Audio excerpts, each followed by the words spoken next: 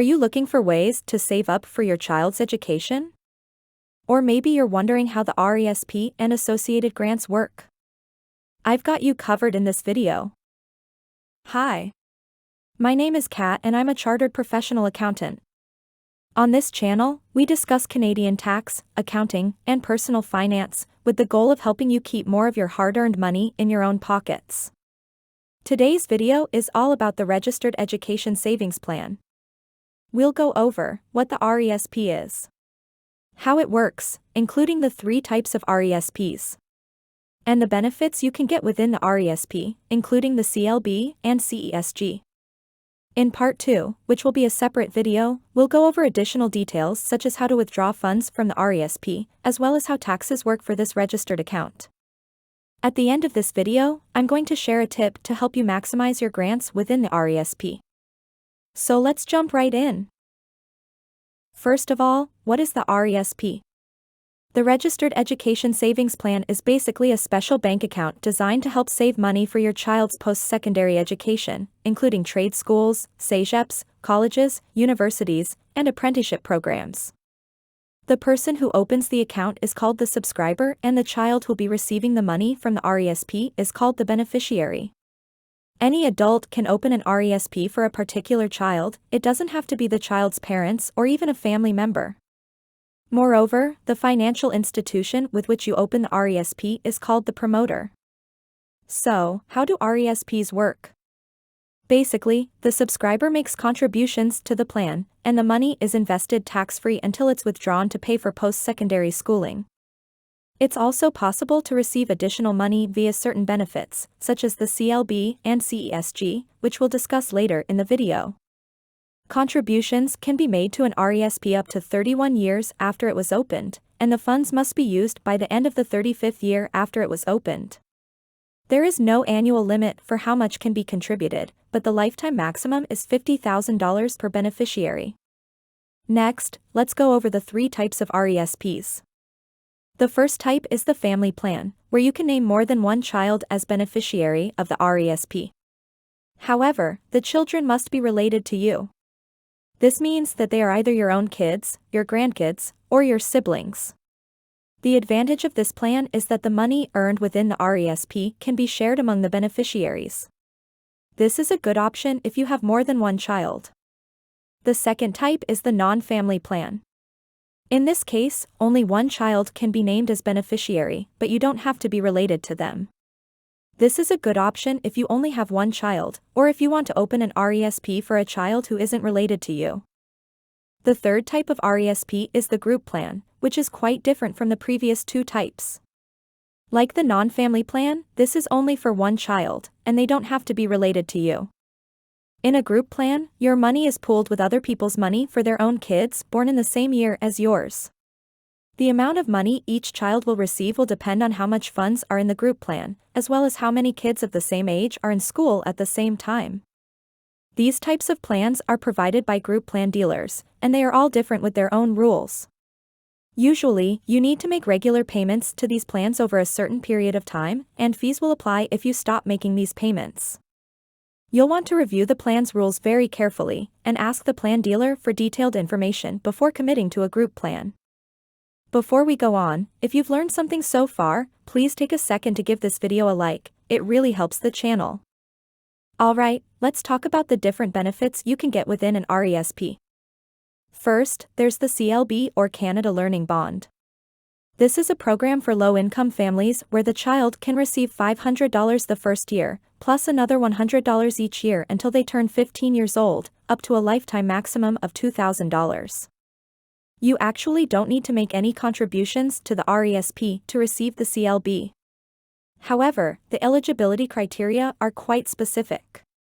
The beneficiary has to be a Canadian resident with a valid social insurance number and born on or after January 1, 2004. The adjusted family income of the primary caregiver must be below a certain threshold, depending on the number of children they have.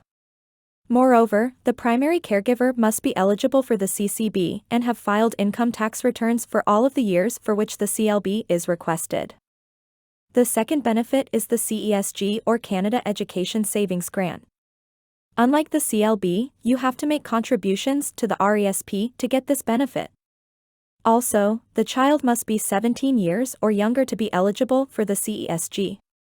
Grant room begins to accumulate at birth, even if an RESP hasn't been opened for the child. The amount you receive is 20% of the first $2,500 contributed each year, up to a lifetime maximum of $7,200 per beneficiary. This means you'll get $500 per year if you contribute at least $2,500 each year. If you contribute less than $2,500, you'll get 20% of the amount you contributed, and the CESG balance will carry forward, along with any unused CESG room accumulated since the child was born. We'll go over an example in a minute. It's also important to note that lower-income families could receive up to an additional $100 per year of CESG, subject to the same lifetime maximum of $7,200. So let's say you open an RESP in the year your child is born and you contribute $1,000. You'll receive 20% of that, or $200 of CESG. Since the annual maximum is $500, you have a balance of $300 that'll be carried forward to future years. You could then contribute more than $2,500 to catch up on the CESG, but you'll never get more than 20% of $5,000, or $1,000, in any given year. So in our example where $300 was carried forward, you would be able to contribute $4,000 the following year to receive a CESG of $800. But, if you were to contribute $5,000, you would still only get $800 of CESG, because the maximum is $500 plus the $300 carried forward from the previous year. If you had contributed $0 in the first year, then you'd be able to put $5,000 the second year and get $1,000 of CESG. This can be confusing, so if you have questions about how to calculate the CESG, let me know down in the comments. Finally, there are also provincial benefits available if you live in BC or Quebec. In BC, there is the British Columbia Training and Education Savings Grant, where you can get up to $1,200 for a child between 6 and 8 years old. In Quebec, there is the Quebec Education Savings Incentive, which is basically the same thing as the CESG, but with a lifetime limit of $3,600 instead of $7,200. In Part 2, we'll dive into withdrawing the money from the RESP, how taxes work regarding RESPs, and what happens if the child decides not to attend post-secondary education. Now let's go over a tip to help you maximize your return on investment within the RESP. As we saw, the amount of CESG you get depends on how much you contribute to the RESP. To get the maximum annual amount of $500, you need to contribute $2,500 per year. If you do so, it'll take 15 years to reach the lifetime maximum of $7,200, with contributions totaling $37,500. We also saw that even if unused CESG room carries over, there's still a maximum of $1,000 that can be received in any given year, and that the CESG is only available until the child turns 17. This means that if you contribute less than $2,500 per year, there could come a point where it'll be impossible to catch up, to receive the full $7,200 of CESG. This is why it's important to open an RESP and begin contributing as soon as your child is born. It gives you a higher chance of being able to get the maximum CESG of $7,200 before your child is no longer eligible. So there you have it. We discussed what the RESP is, how it works, including the 3 types of RESPs, and the benefits you can get within the RESP, including the CLB and CESG. I also shared a tip to help you maximize your grants within the RESP. That's all for today's video. I hope you found the information helpful. Don't hesitate to ask your questions or submit special requests for future videos in the comments. Be sure to hit that notification bell if you want to be the first to know when a new video is released. Thanks for tuning in, and I'll see you next time.